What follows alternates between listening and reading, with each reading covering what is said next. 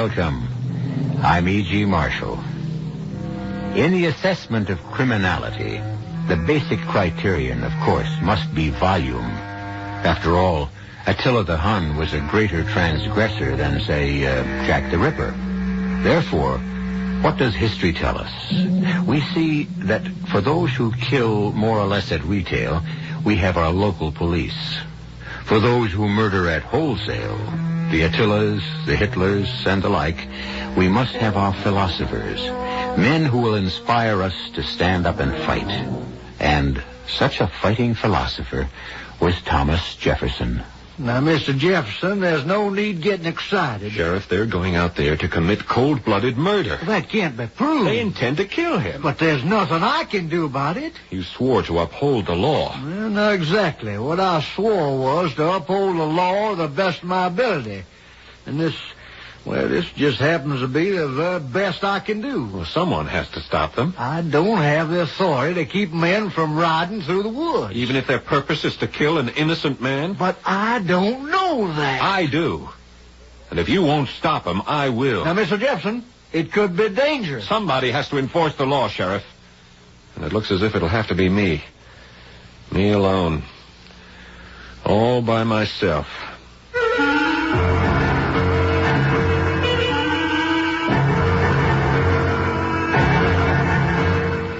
Our mystery drama, The Thomas Jefferson Defense, was written especially for the Mystery Theater by Sam Dann and stars Paul Hecht. It is sponsored in part by Buick Motor Division. I'll be back shortly with Act One.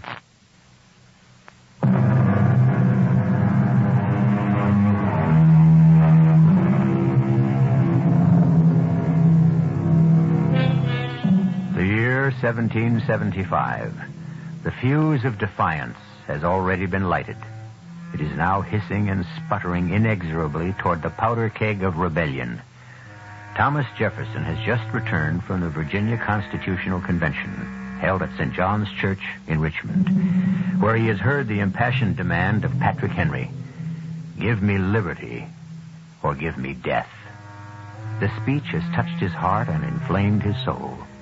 And yet, he has feelings of uneasiness and guilt.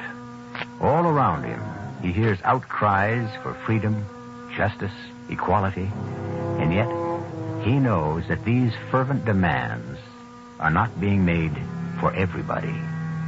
There are those human beings who will have neither equality nor equity in the brave new world that is soon to be born. As a matter of fact, because of their skin color, they are not considered to be human beings at all.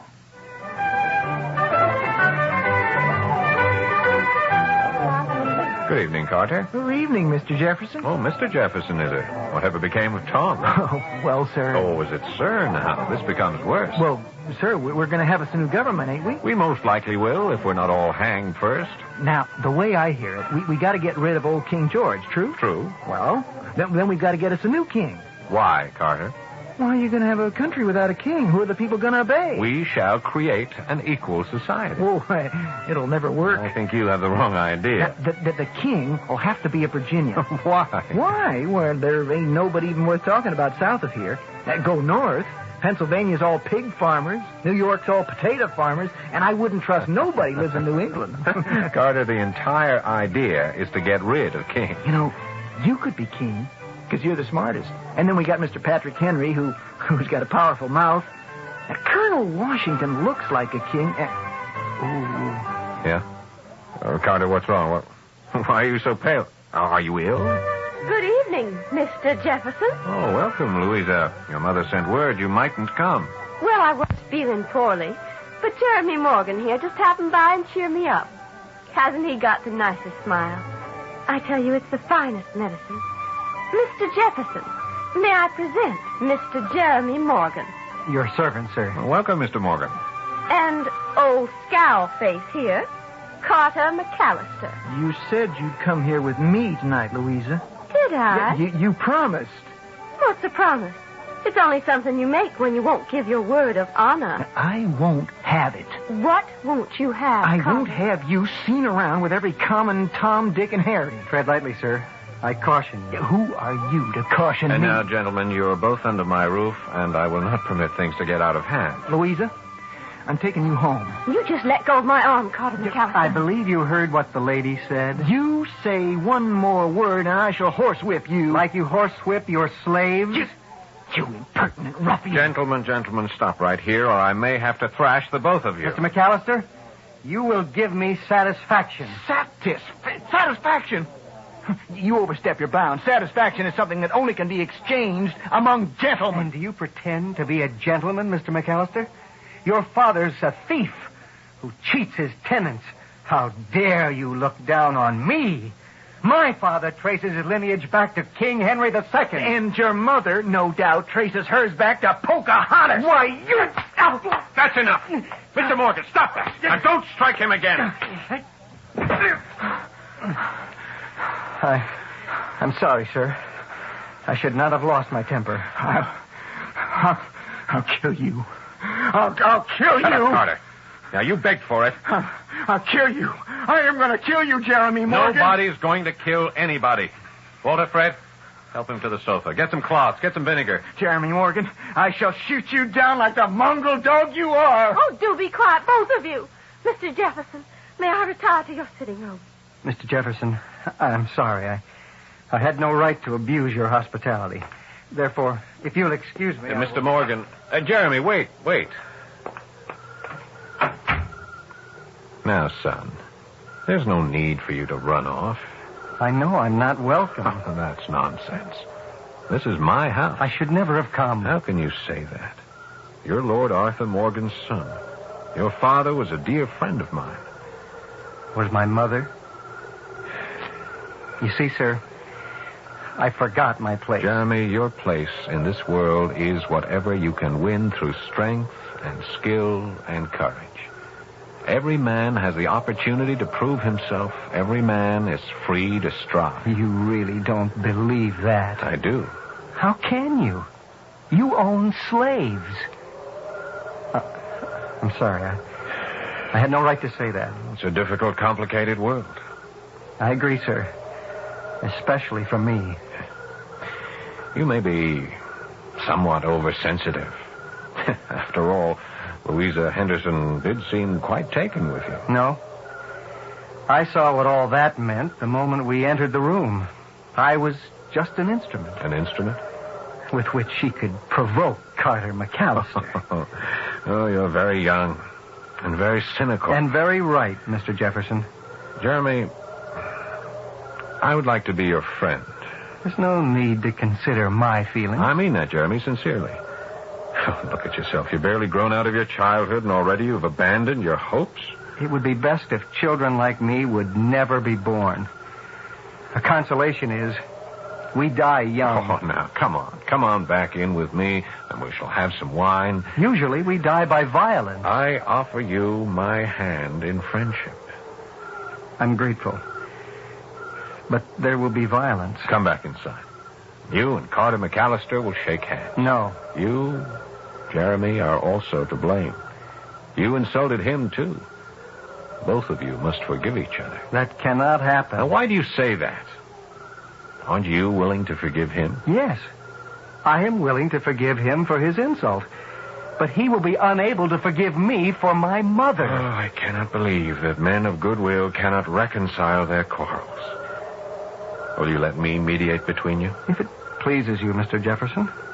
However, I have decided to leave this part of the country. But why? Carter is determined to kill me.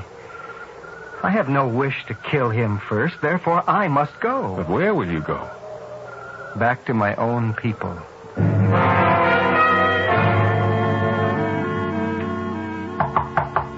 Come in. Louisa? Now, Mr. Jefferson, I can tell from that look on your face you're about to scold me. I'm afraid I must. Well, suppose I say, whatever it is I did, I'm sorry. Well, I don't think it was right of you to come here with Jeremy Morgan just so that you could make Carter angry. Oh, did you see Carter's face? Louisa, this is a serious business. One of those boys could very well kill the other. Oh, Carter talks big. He's not the killing kind. Any man can become a killer where a woman's involved. somebody would kill for me. Oh, Louisa, if only you had a heart and a mind and a conscience to go with all that beauty. Do you want to know the awful truth? I love them both. Oh, you can't love them both. When I want to have someone to have fun with, to ride with, to dance with, I love Carter.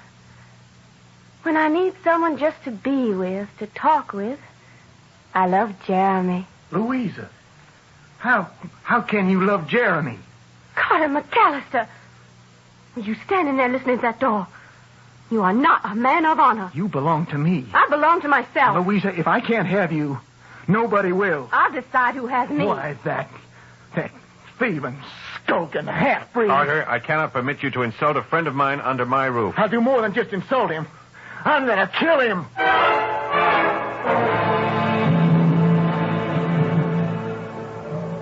Welcome, my nephew. Welcome. I have brought you a gift, Blue Cloud. Ah, a robe, a rich robe. It comes from England, across the seas. It is a robe of great value. Such color. One may not fully realize the color by firelight. When the sun rises tomorrow, one's eyes will behold a robe of brilliant scarlet. The color of blood. You wonder why I come here, Uncle? I wait for you to speak. I have come back. Back? To my people. We are not your people, my son. You are my mother's people. Are they unkind to you? The other sons of your father? No. They treat me well. We are brothers. Then why do you wish to come here? Because there is no place, no real place for me in their world. Why do you say this? The women mock me, the men make sport of me. Only one sees me as a true friend. Tom Jefferson. Jefferson? You have called him Red Hair. Yes, I know him. So you wish to live with your mother's people? Yes. Because you are afraid. I want peace. There is no peace. There can be no peace for your mother's people. There is no peace for me in my father's village. You must go back. Why? Soon we shall be driven from here. They want to turn our woods into fields to raise their tobacco. Your mother's people shall be destroyed. No. You can lose yourself in the forest and live out your life in peace and safety. But there shall only be misery for your children and death for your children's children. What is there that I must do? Your father's voice was strong in the councils for our people. Your voice must be heard there, too. You must make them listen. Why would they listen to me? By some, I am called a half-breed. You are strong, young, wise. You were born to make a new understanding between people. It is your destiny. If I go back, I will surely die. The day, the hour, the moment of your death has already been cast. And it shall find you wherever you are. Yes, Blue Cloud, I see now. I must go back.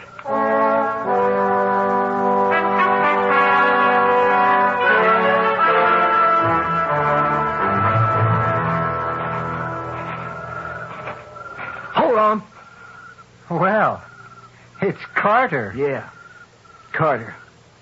Don't take one more step or I'll put a bullet in you. Well, you've got a weapon. I'm unarmed. No wonder I hear such courage in your voice. Don't provoke me, Jeremy. I came after you to kill you.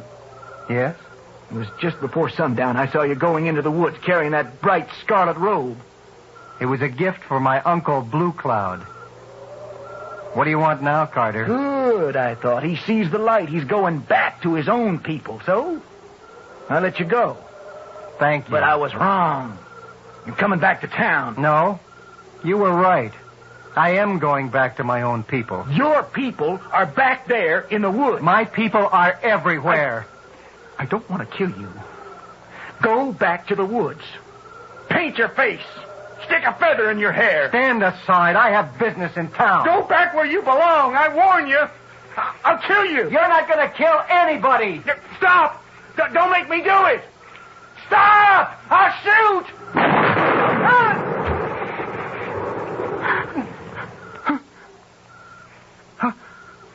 I told you I'd shoot. I told you. They were very young, very proud, quick to anger. They were barely out of their teens. And now, one of them lies dead, shot in the back by the musket of the other. And it happened on the very eve of the American Revolution. For some of the reasons the revolution came about in the first place. Reasons of pride, uncontrolled passions, and sheer blindness. But the fight that led to this midnight killing began in Tom Jefferson's home. So you can expect to see him again in just a few moments when I shall return with Act 2. Come on and go to Puerto Rico for the Lelo Light Festival. You'll love it so in Puerto Rico during Lelo Light Festival. Rates are low, service great. Fly down now and bring your mate. It's Lelo-Li Festival time in Puerto Rico. Time for you to enjoy exciting Lelo-Li activities on our complete island and special low Lelo-Li rates. It's all part of Puerto Rico's way to celebrate the bicentennial of our United States. So welcome, fellow Americans, to Puerto Rico for Lelo-Li Festival time. Ask your travel agent about this K-Pasa tour. Come on and go to Puerto Rico for the Lelo Light Festival. I want a beer like no other beer. I'm Schaefer people. I want flavor that won't disappear. I'm Schaefer people. I'm Schaefer people because Schaefer does more than put out my thirst. The flavor just plain lasts, beer after beer. It's like they've been saying. It's the one beer to have when you're having more than one. It's my second Schaefer that does it. You bet I'm Schaefer people. Isn't everyone? I want a beer like no other beer. I'm Schaefer people. I want flavor that won't disappear. I'm Schaefer people. Schaefer beer goes straight to your thirst. Your last one tastes as good as your first. Go out and get a Schaefer and be Schaefer people too. Go out and get a Schaefer and be Schaefer people too. The F&M Schaefer Brewing Company, New York, New York.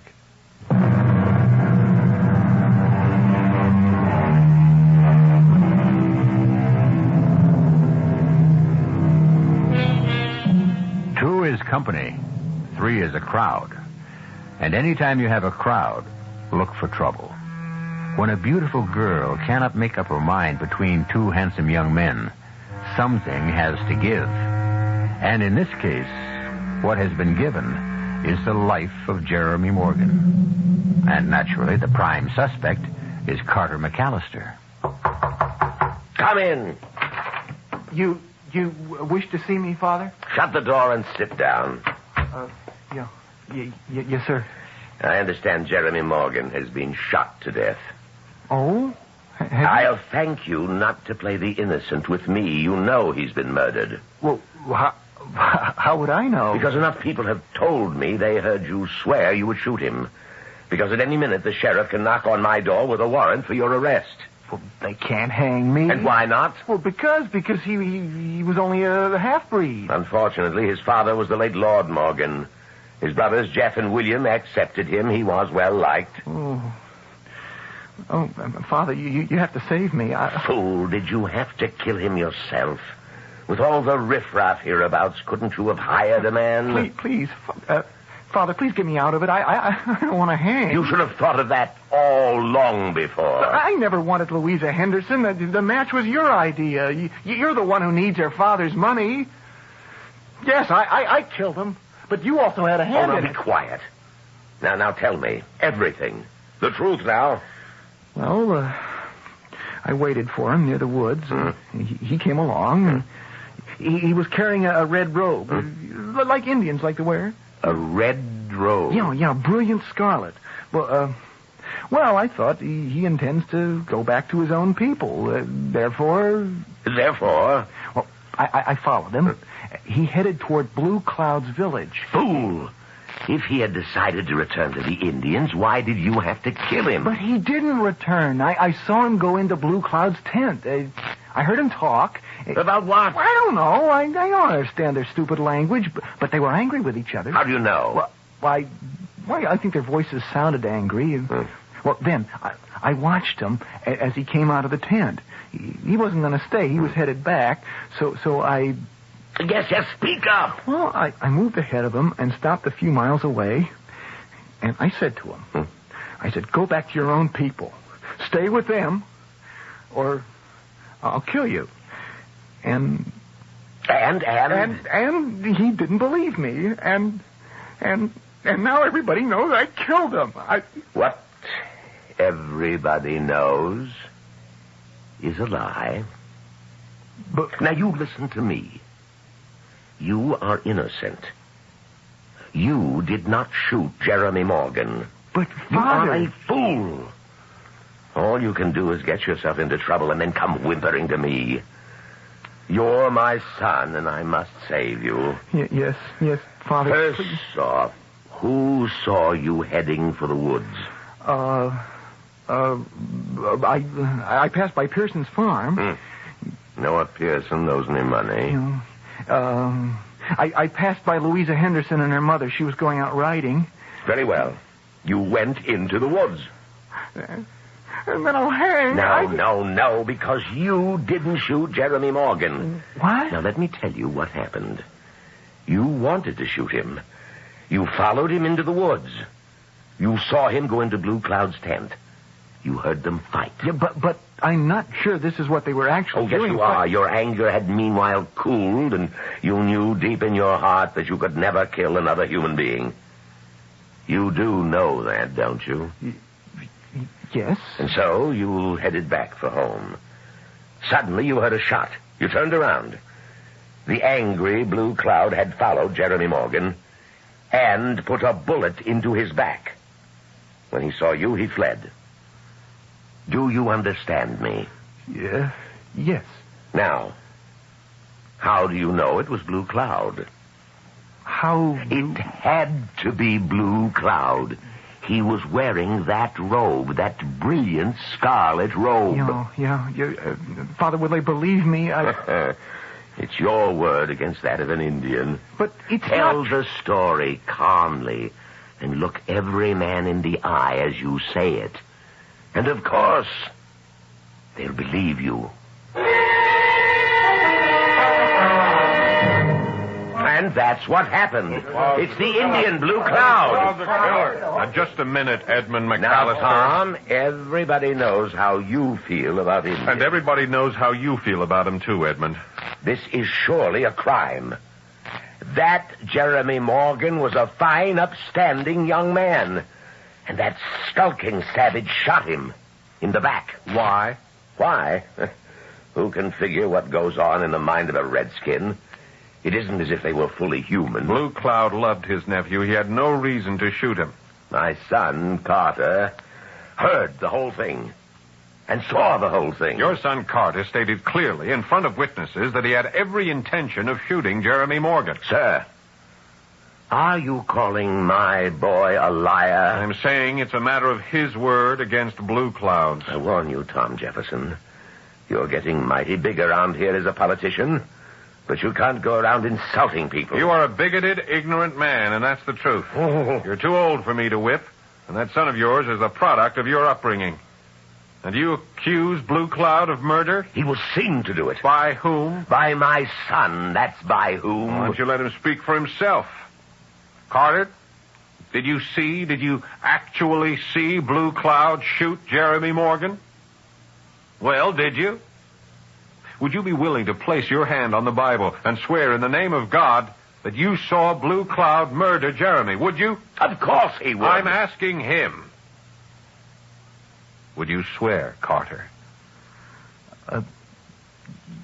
Yes. Yes, I would. All right. Then come with me to the sheriff and swear out a warrant for his arrest. What arrest? You don't arrest an Indian. He commits a crime. You go out and shoot him. Hold on, Edmund McAllister. Oh, you can surely talk, Tom Jefferson. But we have had enough talk. Any of you folk who agree with me, let's go home and get our rifles.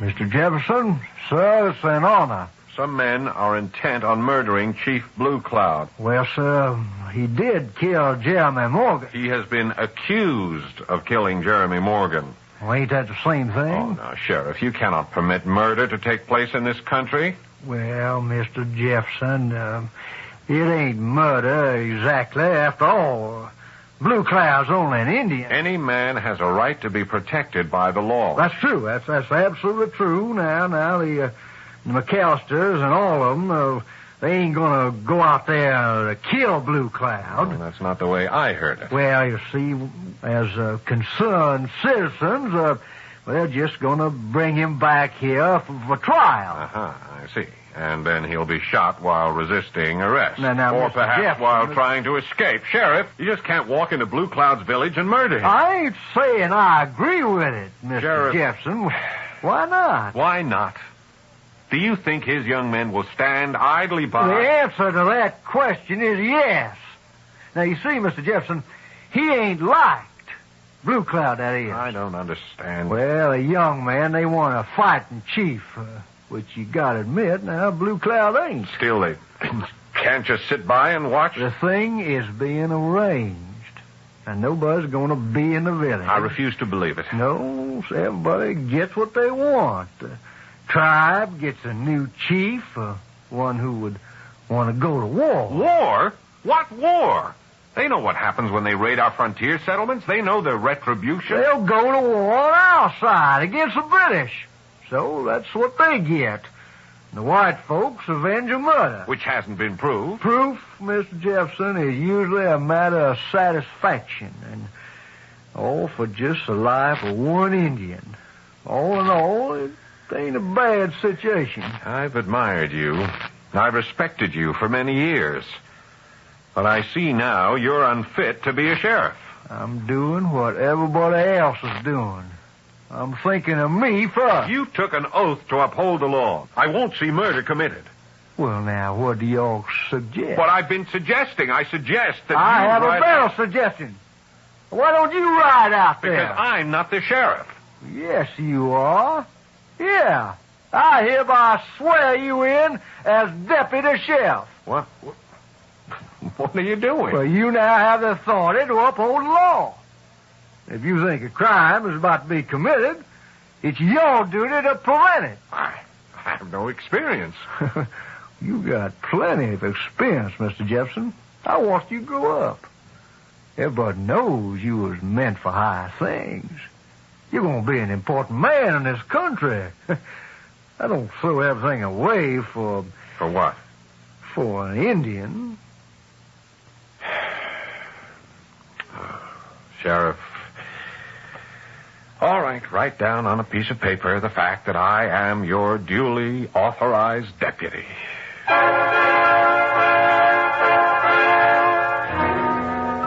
We think in terms of intellect and action. We rarely see both qualities combined in one man. How few are the philosopher warriors in history. And yet, for the most part, the great men of 1776 could think and fight. Well, Thomas Jefferson has thought it over and decided it's worth a battle. Therefore, you should stay exactly where you are, and I shall bring it to you in Act 3 in just a few moments. In case...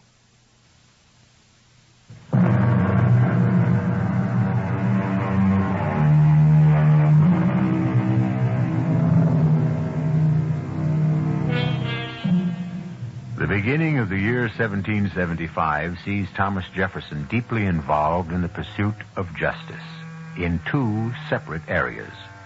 First, the one you all know about, the struggle for independence from Britain. This is the big picture, the historic picture. But second, there is a small picture. Indeed, a tiny, almost invisible picture. This is the pursuit of justice, not as an ideal, but as a practical matter for a single human being. Those are always the toughest. Welcome to my lodge, Red Hair. Chief Blue Cloud, there is no time for ceremonies. You must leave here at once. For what reason? Men are coming to kill you. Why? For the murder of your sister's son. It is well known that he was murdered in a cowardly manner by a young man who insulted him. Yes. Well, that is not the way many people will have it. They accuse you. He was as a son to me. Blue, there is no time for the right and wrong of it. Men are coming here to do murder. Run from them. Am I a coward? I run from no one. One of our greatest poets has said discretion is the better part of valor. Where may I run? Deeper into the forest. They will pursue. No one knows this wilderness the way you do. I will not be a hunted animal for the rest of my days. Besides, it is late. They come. There he is! Now hold up there.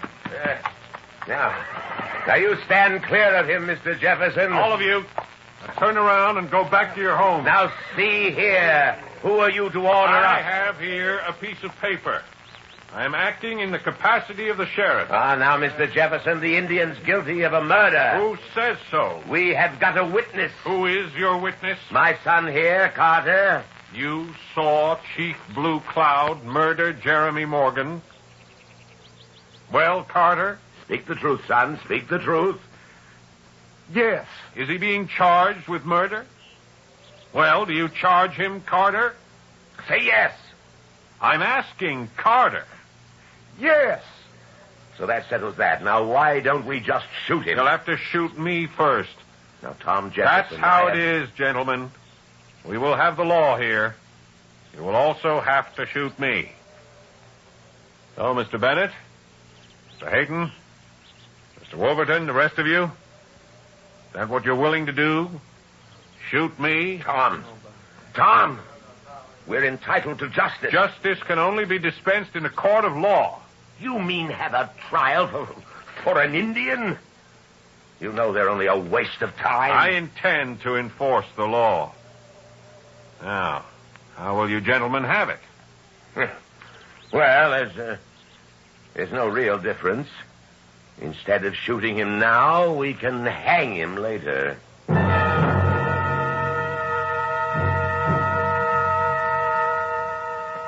And so, you say, you followed Mr. Morgan all the way to the Shawnee village? Yes, sir. And you saw him enter Blue Cloud's lodge? Yes, sir. And you heard them quarrel? Yes, sir. And then you saw Mr. Morgan leave the tent, move into the forest, and then you heard a shot. I did. Now, describe what you saw. Well, I turned around, and there was Jeremy Morgan falling down dead, and Chief Blue Cloud was standing over him with a smoking musket. Are you sure it was Blue Cloud? Yeah, I'm positive. How? Why? What makes you so sure? Because I could see his splendid scarlet robe. The robe that we found in his lodge? Yes, sir, the very same. Your witness, Mr. Jefferson. Well, not every witness is fortunate to have his own father appointed public prosecutor. I must, however, ask some questions that may not have occurred to him. Why did you follow Mr. Morgan into the woods? Well... Isn't it true that you intended to kill him? Well... You must answer. Isn't it true that he escorted Miss Louisa Henderson to a party at my house? There, you two got into a fight. Didn't you threaten to shoot him? Yes, sir. Good. And when you followed him into the woods, isn't it true that you were carrying a musket? Yes, sir. Why? Well, I... Did you intend to kill him? You armed yourself for that purpose, and now, when the deed is done, isn't it true that you are trying to place the blame on Chief Blue Cloud's shoulders? I object. Your Honor, let him answer the question. Go ahead, son. Answer him. Tell him it isn't so. Without prompting. Isn't it true you want Blue Cloud to hang for your crime? I didn't kill him. I didn't kill him!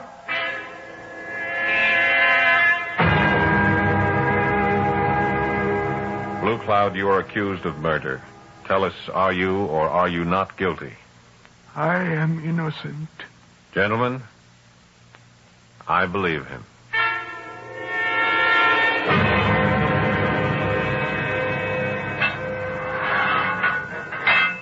Don't lose courage, Blue Cloud. The gods will not permit justice to be mocked. Red hair. The gods do not permit justice to be mocked. But they allow it to be tested. I shall see you in the morning. Yes, the morning. It shall be my last morning. You must never give up hope. I cannot give up what I have never had. No, we can do more.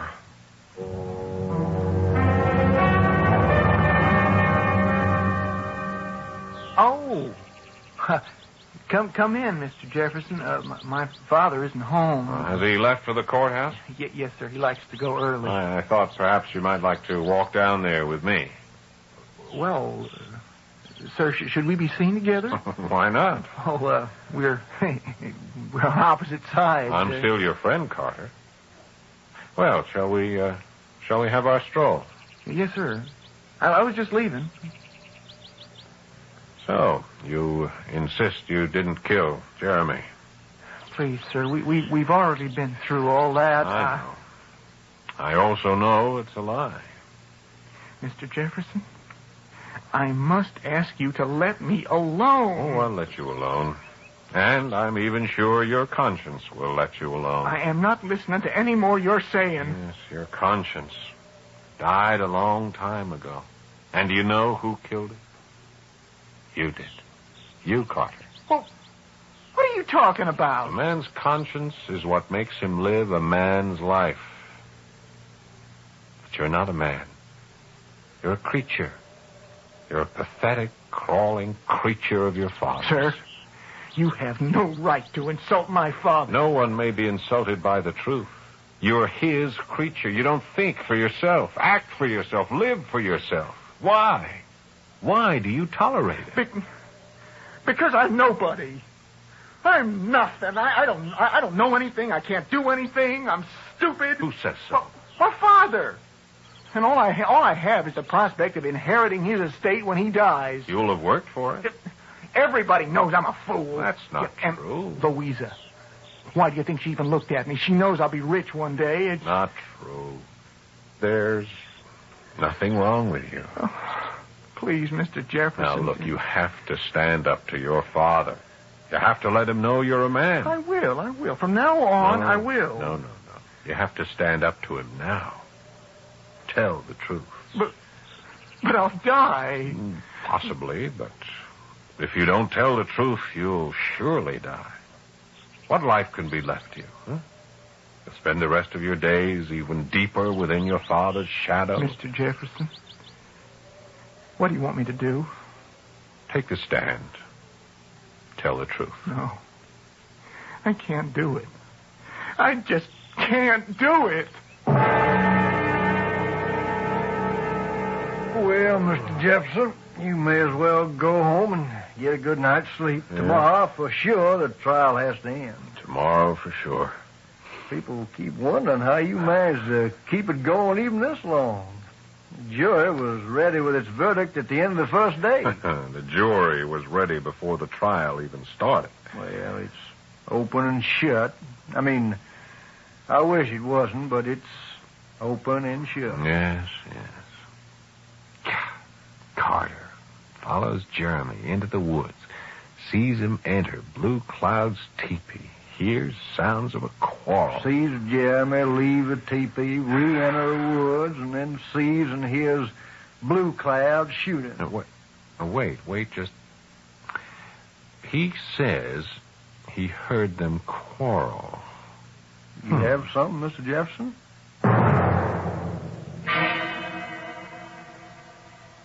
You say they quarreled. Yes, sir. In which language? Well, must have been Shawnee. Do you speak Shawnee? No, sir. Do you understand it? No, sir. Well, then how do you know they quarreled? Please answer the question. One need not know the language to know there is a quarrel. Your Honor, I must insist that the witness answer. Well, I could tell. You could actually hear the anger in the voices. Your Honor, Mr. Jefferson clearly has exhausted his resources. He has no more evidence. He keeps going over the same ground.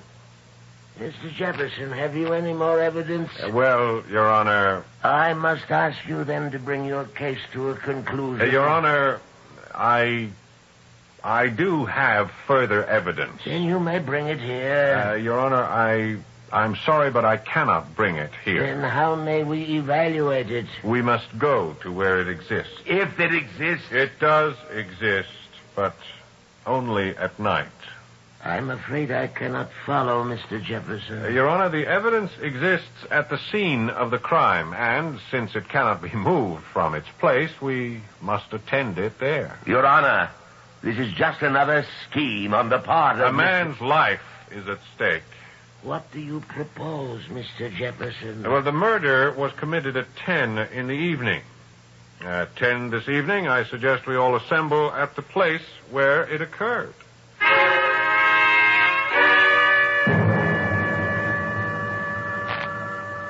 Where were you standing, Carter?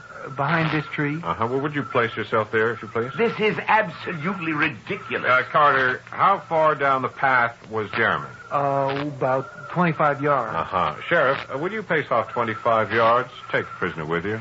All right, Mr. Jefferson. Very well. Your Honor, gentlemen, here is the scene as it existed on the night of the murder. We are all standing in a line with Carter. We all hear a shot. Fire in the air, Sheriff. Yes, sir. We all turn to look. We see Jeremy fall to the ground. Sheriff, fall to the ground, please. Now, we all see a figure standing there in the darkness. It is not easy to make out the face. He didn't have to see the face. He recognized the red cloak. Your Honor, gentlemen of the jury, which one of you has supernatural eyesight? Which one of you would swear on the Holy Bible that the cloak is brilliant scarlet, as Carter testified? Which one of you is possessed of the ability to distinguish color in the dark? It's a trick, Your Honor. Carter McAllister lied about the cloak. Therefore, he did not identify Blue Cloud. Therefore, we must now consider his motive. Don't you ever say a word, boy. No, I will. I'm tired of lying. Be quiet. I killed him. I killed Jeremy Morgan. May God have mercy on my soul. Your Honor, the defense rests.